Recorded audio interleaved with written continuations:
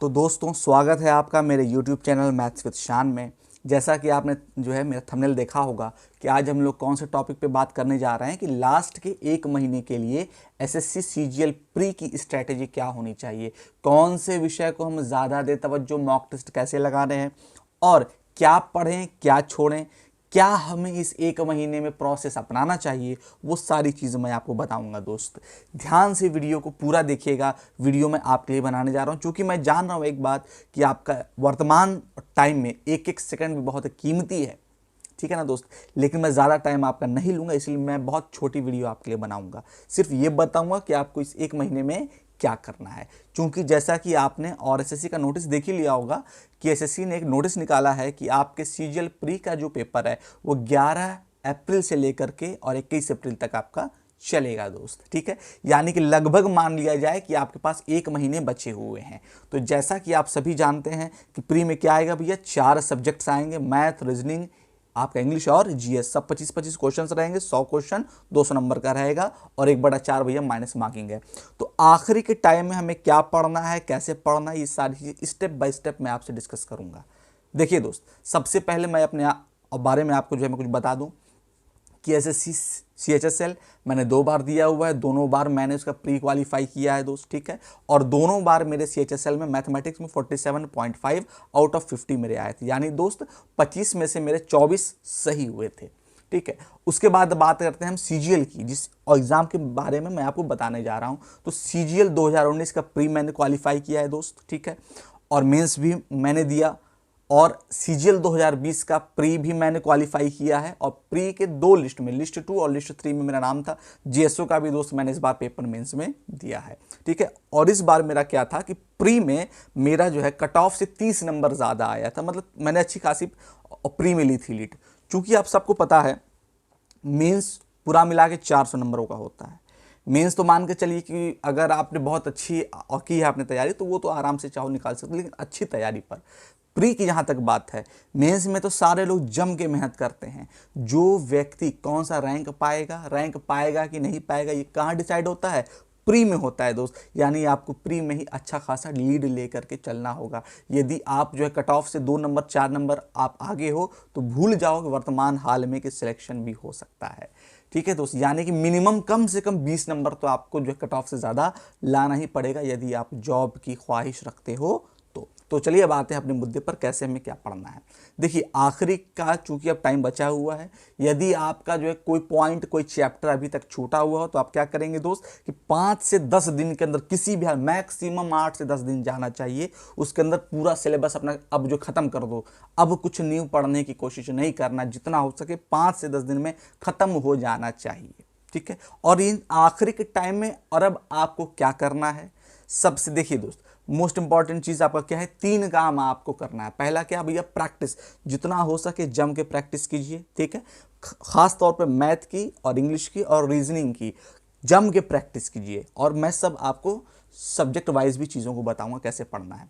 पहली चीज़ क्या है, प्रैक्टिस। दूसरा चीज़ है आपका दोस्त रिवीजन। याद रखिएगा, यदि उस चीज़ का आप जो पहले पढ़ चुके हैं यदि रिवीजन नहीं करेंगे दोस्त तो चीज़ों को भूल जाएंगे, दिमाग में आपके और एग्ज़ाम में नहीं आएगा। और एक बात शायद आपने गौर किया होगा, यदि कोई चीज़ आप एग्ज़ाम में पढ़ करके जाओ, सॉरी अगर ना पढ़ के जाओ, वो चीज़ यदि आती है तो ज़्यादा अफसोस नहीं होगा। लेकिन जो चीज़ पढ़ के गए वो आई और उस समय आपके दिमाग में वो चीज़ क्लिक नहीं किया दोस्त, तो बहुत अफसोस होता है। तो इसीलिए पहले से सब चीज़ों का रिवीजन करके जाना, ठीक है। और तीसरा मोस्ट इंपॉर्टेंट चीज़ है भैया मॉक टेस्ट।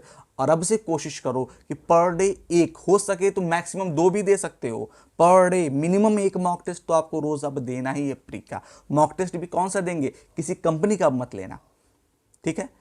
और अब मॉक टेस्ट आपको कौन सा देना है दोस्त, तो याद रखिएगा जितने प्रीवियस ईयर पेपर्स हुए सबसे पहले सीजीएल 2020 का उठाइएगा, उसके बाद सीएचएसएल 2020 और सीपीओ, और जितने जो है सिलेक्शन पोस्ट वाले जो भी पेपर्स हुए सबको एज ए मॉक टेस्ट लगाओ। क्योंकि अब देखो किसी भी कंपनी का उठाओगे ना दोस्त तो लगभग 20 से 30% जो सवाल होते हैं ना वो फालतू बाहरी होते हैं। जो कि पेपर में उनसे दूर दूर का कोई नाता नहीं रहेगा। तो इसलिए कोशिश करो कि यदि प्रीवियस ईयर पेपर हो सके तो लगाओ, और मॉक टेस्ट लगाने के बाद दोस्त उसका भरपूर भाई साहब एनालिसिस आपको करना है। कौन सा पोर्शन वीक है, कहाँ पर ज़्यादा प्रैक्टिस की आवश्यकता है। देखो मॉक टेस्ट हम क्यों लगाते हैं, पहली बात तो हमको टाइम मैनेजमेंट की अच्छी प्रैक्टिस हो, और दूसरी चीज़ ये है कि हमारी कहाँ कहाँ कौन सा पोर्शन वीक है उसको मैं ढूंढूं, और ढूंढने के बाद प्रैक्टिस करूं, ताकि अगली बार जब मैं मॉक टेस्ट दूं या पेपर में बैठूं तो वो चीज़ मेरा कमज़ोर नहीं होना चाहिए। मॉक टेस्ट देने का हमारा ये मकसद होता है। बात आई समझ में? तो इतनी बातें आपको भैया क्लियर होनी चाहिए। प्रैक्टिस करना है, दूसरे पर रिवीजन, और तीसरे पर क्या दोस्त, मॉक टेस्ट और उसका एनालिसिस। जितना हो सके एक दिन में 1 से 2 मॉक टेस्ट रोज लगाओ यार। 1 घंटे का मॉक टेस्ट है, आधा घंटा आपका जाएगा पूरा उसका एनालिसिस में, 3 घंटे तो आप मॉक टेस्ट को पर डे दे ही सकते हो। तो मॉक टेस्ट रोज लगाओ, अब तो रोज ही लगाओ मेरे भाई। मॉक टेस्ट नहीं लगाओगे तो बहुत दिक्कत होगी, ठीक है। और अब उसके बाद आते हैं क्या पढ़ना है, कहाँ से पढ़ना है। हम पहले बात करेंगे जो है रीजनिंग की। रीजनिंग में आपको क्या और करना है दोस्त, 2020 सीजीएल का जितना पेपर हुआ है, सीएचएसएल 2020 का जितना पेपर हुआ है, सबका रीजनिंग के क्वेश्चंस को सॉल्व कर डालो, ठीक है। यहाँ तक बात क्लियर होगी, और जितना हो सके उतनी बार सॉल्व करो, मल्टीपल टाइम्स उससे आप करो। रीजनिंग की बात अब हमने और यहाँ कर लिया। जीके की बात हम लास्ट में करेंगे, क्योंकि जीके और इस समय लास्ट के 1 मंथ में बहुत इंपॉर्टेंट है। उसके बाद अब बात करते हैं भाई साहब मैथमेटिक्स की। मैथमेटिक्स में आपको अब क्या करना है, जितना चीज़ आपने पढ़ चुका है, देखिए आपने जब पढ़ाई किया होगा तो प्रैक्टिस करते वक्त आपने कुछ ऐसे क्वेश्चंस नोट किए होंगे जो बार बार सॉल्व करने पर भी आपसे नहीं हो रहे हैं, तो अब उनको आप बार बार करो रिवीजन, ठीक है। जो चीज़ें आपकी फंस रही हैं, जिसमें आपको लग रहा है कि आपका थोड़ा स्पीड स्लो है, उससे प्रैक्टिस करने की कोशिश कीजिए, ठीक है। और उसके बाद जितने फार्मूला नोट्स आपने बनाए थे, फार्मूलेज, मेन कॉन्सेप्ट्स वगैरह जहाँ पे नोट किए होंगे, उससे आप बार बार रिवाइज करो, ताकि आप एग्जाम हॉल में उस चीज़ को भूल ना पाओ। मैथ यहाँ तक बात हो गई। अब आते हैं दोस्त आपके, और अब मान के चलो भैया कि इंग्लिश में अब आपको क्या करना है। तो भाई साहब और अब इंग्लिश में केवल 2 काम आपको करना है, प्रैक्टिस और रिवीजन। रिवीजन क्या करना है, जैसे आपने किसी बुक से ग्रामर पढ़ा है, ठीक है ना। अभी मैं बात कर रहा हूँ इंग्लिश में केवल ग्रामर पोर्शन की। ग्रामर आपने पढ़ा है तो उस बुक से क्या करो दोस्त, जो जैसे मान लो कोई चैप्टर नाउन है, प्रोनाउन है, एडजेक्टिव है, तो पर डे एक चैप्टर, रोज एक चैप्टर को रिवाइज करो, उसके क्वेश्चंस की प्रैक्टिस करो दोस्त। पर डे, एक दिन में नागा नहीं होना चाहिए। आज नाउन कर लिया और उस पर और आधारित क्वेश्चंस की हमने प्रैक्टिस कर ली, और कल मैंने क्या किया दोस्त, मैंने जो प्रोनाउन कर लिया, परसों मैंने एडजेक्टिव कर लिया, उसके बाद आपका जो सब्जेक्ट वर्ब एग्रीमेंट कर लिया। तो पर डे रोज एक एक चैप्टर की का आप भरपूर आप करो रिवीजन, और उस पर बेस्ड क्वेश्चंस की प्रैक्टिस करो। ग्रामर की बात हुई इंग्लिश में। अब हम बात करते हैं वोकैब पोर्शन की। वोकैब के लिए हमें क्या करना है, वोकैब के लिए दोस्त, और चूंकि अब तक जहां तक मुझको फील हो रहा है कि आपने कुछ ना कुछ वोकैबलरी पढ़ी हुई, कम से कम 1500 से 2000 वोकैबलरी आपने याद की होगी, जिनमें वर्ड आपके और इडियम्स, वर्ड मीनिंग सब शामिल हैं। तो दोस्त आपको क्या करना है, न्यू वर्ड मीनिंग और अब आपको नहीं याद करना है। सबसे पहला काम क्या करना, न्यू चीज़ पढ़ने से पहले जो चीज़, जो वर्ड्स मीनिंग जो आपके और वन वर्ड्स हो गए और इडियम्स वगैरह हो गए, जो पहले आपने याद कर रखा है, उन्हें एक बार फिर से रिवीजन कर लो। रिवीजन कर लो दोस्त। उसके बाद यदि टाइम बचता है तो जितने प्रीवियस ईयर के पेपर्स हुए हैं, 2020 वाला, 2019 वाला, उसके अंदर जितने भी आपके वोकैबलरी पूछी गई है, उसको एक बार अच्छी नज़र से देख लो दोस्त, ठीक है। टाइम बचता है तो न्यू पढ़ना, लेकिन अभी आपको क्या करना है, जो पहले पढ़ चुके उसे पहले रिवीजन कर लो दोस्त, नहीं तो लास्ट में मौका नहीं मिलेगा आपको। अब बात हो गई भैया आपके वोकैबलरी की। और अब कॉम्प्रिहेंशन के लिए क्या करना, याद रखिएगा भाई कि आखिर के टाइम में, और अब आप ये नहीं सोच सकते हो कि मैं अब से और अखबार पढ़ना स्टार्ट करूंगा तो नॉवेल पढ़ूंगा, नहीं, अब टाइम खत्म हो चुका है। आपको दोस्त क्या करना है, और मैंने क्या किया था, कैसे मैंने और एसएससी सीएचएसएल 2 बार प्री निकाला, सीजीएल 2 बार प्री मैंने निकाला, मैं आपको बता रहा हूँ। और अब आपको क्या करना है, per day 2 cloze test, 1 passage, और कम से कम 20 से 50 जितना हो सके PQRS लगाने की कोशिश कीजिए। पर डे, एक दिन में नागा नहीं होना चाहिए। सब चीज़ साइड छोड़ करके जितना चीज़ और आप कर रहे हो वो तो आप बिल्कुल करो पर डे, लेकिन क्लोज टेस्ट और आपका जो PQRS और आपका कॉम्प्रिहेंशन जो आपका और पैसेज वाला पार्ट होता है, उससे आप रोज लगाओ पर डे, एक दिन भी नागा नहीं होना चाहिए अब, ठीक है। ये तो बात हो गई भाई मेरे आपके इंग्लिश की।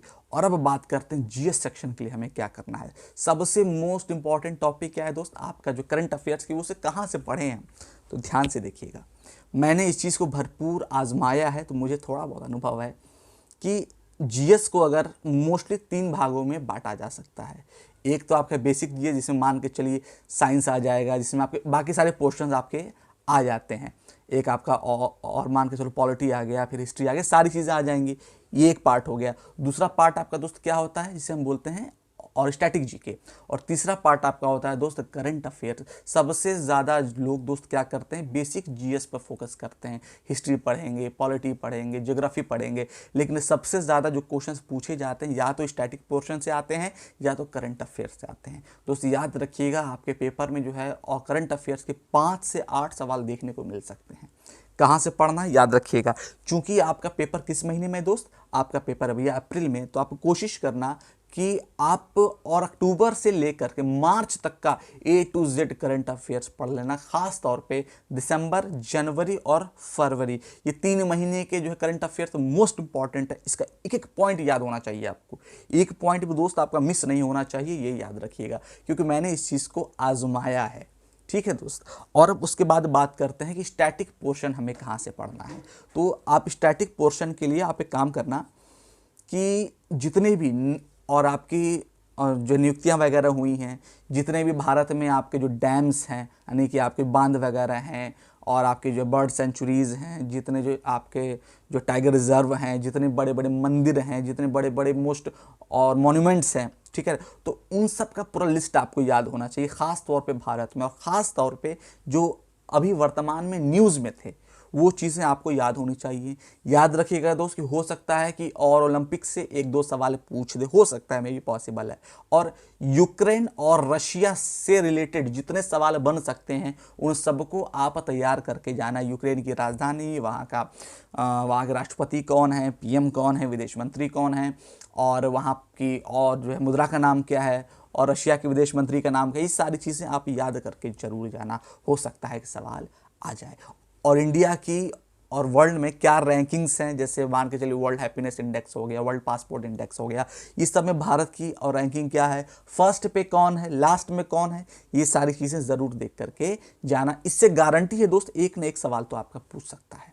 ठीक है। और करंट अफेयर्स हमें कहाँ से पढ़ना है दोस्त, तो कोई भी यदि हो सके तो आपको मालूम है मंथली वीडियोज़ आती हैं यूट्यूब पे, वो वीडियोस को आप फॉलो कर सकते हो। या तो कोई पतली सी बुक, ज़्यादा हैवी बुक और अब पढ़ने की ज़रूरत नहीं है, कोई भी पतली सी बुक उठाओ जिसमें सारे 1 लाइनर दिए हो भाई, सो आप केवल याद कर लो। ठीक है, चलिए। और उसके बाद दोस्त, और अब आपको क्या करना है, सारी चीज़ें मैंने आपको बता दी कि मैथ के लिए क्या करेंगे, जीएस के लिए क्या करेंगे, रीजनिंग के लिए क्या करेंगे, और हम इंग्लिश के लिए क्या करेंगे। मॉक टेस्ट, तो मॉक टेस्ट के लिए मैंने आपको बता दिया है दोस्त कि जितना हो सके प्रीवियस ईयर पेपर ही लगाना।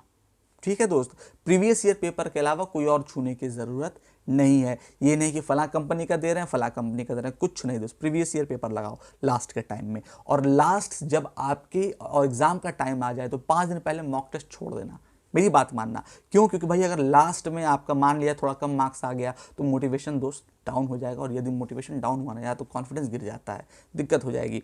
ठीक है, तो इतनी बातें आपको आगे समझ में। लास्ट के 1 महीने में क्या करना है, कोई न्यूज़ सब्जेक्ट नहीं पढ़ना, कोई न्यू टॉपिक नहीं पढ़ना। हो सके तो 5 दिन के अंदर सारा जो सिलेबस आप फिनिश करो, और जितना जल्दी हो सके अब जो है रिवीजन मोड पर आ जाओ। और mock test, revision, mock test, revision, mock test, बस ये 2 चीज़ें आपके दिमाग में इस समय गूंजनी चाहिए।